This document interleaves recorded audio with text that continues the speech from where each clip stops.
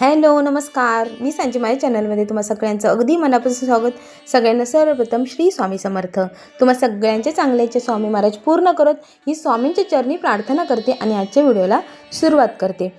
आज मी तुमच्यासाठी एक नवीन विषय घेऊन आलेली आहे, ज्याची माहिती सगळ्यांनाच असायला हवी असा हा विषय आहे.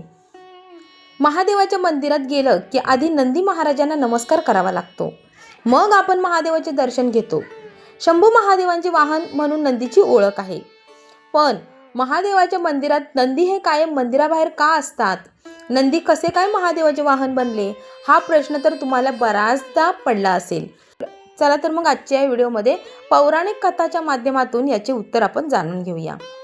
शंभू शंकरांच्या गाभाऱ्याबाहेर किंवा शिवाच्या मूर्तीसमोर कायम आपल्याला नंदी दिसतात.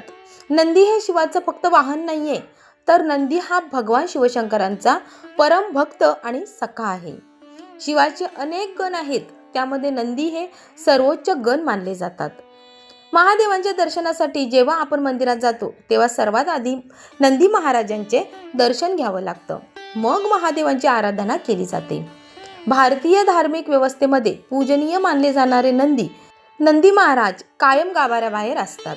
या संदर्भात एक कायम सांगितले जाते, ते म्हणजे देवादिदेव महादेव सतत समाधीमध्ये असतात. शंभू महादेवांची समाधी भंग होऊ नये म्हणून भक्तांनी आधी नंदीकडे आपले गाराणे मांडावे, यासाठी ती व्यवस्था करण्यात आली आहे. नंदी हे शिवशंकराचे फक्त वाहन नाही, तर नंदी शिवाचा परम भक्त आणि सखा आहे. आपण मंदिरात बघितलं असेलच की भक्त महादेवाचे दर्शन घेतल्यावर नंदीच्या कानात आपली प्रार्थना सांगतात. यामागील मान्यता अशी आहे की नंदी महादेवाच्या गणामध्ये सर्वात प्रिय आहे. महादेवाचे दर्शन घेतल्यावर नंदीच्या कानात प्रार्थना केल्याने ती सरळ महादेवांपर्यंत पोचते अशी समजूत आहे. नंदी पुराणामध्ये महादेवाच्या निरनिराळ्या कथा सांगितल्या जातात. त्यात एक कथा आहे शिलाद मुनींची आणि दुसरी कथा आहे समुद्र मंथनाची. आधी आपण समुद्र मंथनाची कथा पाहूया. समुद्र मंथन ही पुराण काळातील सर्वात महत्त्वाची घटना आहे. ती तर तुम्हाला माहीत असेलच, पण या समुद्र मंथनाच्या वेळी हलाहल नावाचे विष बाहेर पडले होते. ते कोणीतरी प्राशन करायला हवे, हा एकमेव मार्ग होता. सगळ्या देवांनी हे काम फक्त महादेवच करू शकतात असा विचार करून त्यानं विष प्राशनाची विनंती केली होती.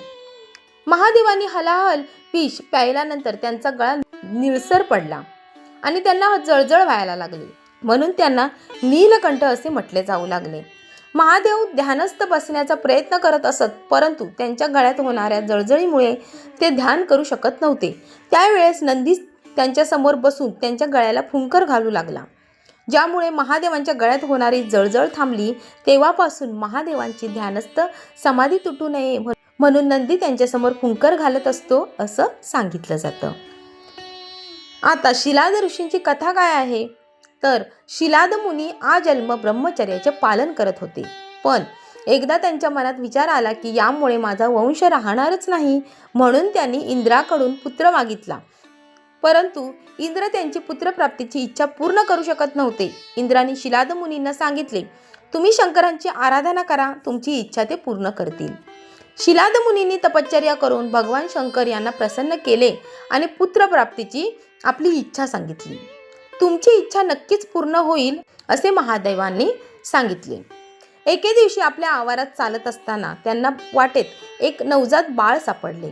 जेव्हा ते बाळाजवळ गेले त्यावेळी आकाशवाणी झाली की याचे संगोपन कर, हा मुलगा तुझं आयुष्य सुख समृद्धीने भरून देईल. शिलाद मुनींनी या मुलाचे नाव नंदी ठेवले. या संदर्भात असेही वाचनात येतं की नंदीची निर्मिती यज्ञातून झाली. नंदी हे हिरे माणिक जडित ढालीमध्ये प्रकट झाले असं सांगितलं जातं. आता नंदी महादेवांचे वाहन कसे बनले? तर नंदी हे नंदीनाथ संप्रदायातील प्रमुख गुरु होते असं म्हटलं जातं. नंदू या मूळ शब्दाचा अर्थ वाढणे किंवा विकसित होणे असा होतो, तर संस्कृतमध्ये याचा अर्थ आनंदी उत्साही असा आहे. नंदी लहानपणापासून अत्यंत हुशार आणि शिवाचे परम भक्त होते. प्रत्येक विद्येत नंदीने निपुणता मिळवली होती. एकदा शिलाद मुनींच्या आश्रमात 2 साधू आले. शिलाद मुनी आणि नंदीने त्यांची उत्तम व्यवस्था केली. पुढच्या मार्गाला जाण्यापूर्वी दोन्ही साधूंनी शिलाद मुनींना शतायुषी भव असा आशीर्वाद दिला. परंतु नंदीला आशीर्वाद देताना ते थोडे कचकले. शिलाद मुनींनी हे ओळखले आणि त्याचे कारण दोन्ही साधूंना विचारले तर साधू म्हणाले, आम्ही नंदीला शतायुषी होण्याचा आशीर्वाद नाही देऊ शकत, कारण याचे आयुष्य कमी आहे. हे ऐकून शिलाद मुनींना खूप दुःख झाले. नंदीला सगळा प्रकार वडिलांकडून कळला. आपले आयुष्य कमी आहे हे ऐकून काळजी करण्यापेक्षा नंदी जोरजोरात हसत म्हणाले, मी सुद्धा तुमच्याप्रमाणे शंभू महादेवाला प्रसन्न करणार आणि अल्पावधीचे विधी लिखित बदलण्यास सांगणार. नंदीच्या या तपश्चर्येवर महादेव प्रसन्न झाले आणि त्यांनी वर मागण्यास सांगितले. तेव्हा नंदी म्हणाले, मला तुमच्याजवळ राहायचे आहे, ते पण कायमस्वरूपी. तेव्हा शंभू महादेवाने सांगितले, तू माझे वाहन बनशील आणि समस्त गणांचा मुख्य हीच तुझी ओळख राहील. तेव्हापासून नंदी बैलाच्या रूपात महादेवाजवळ कायमस्वरूपी आहे. अशी ही पौराणिक कथा आहे.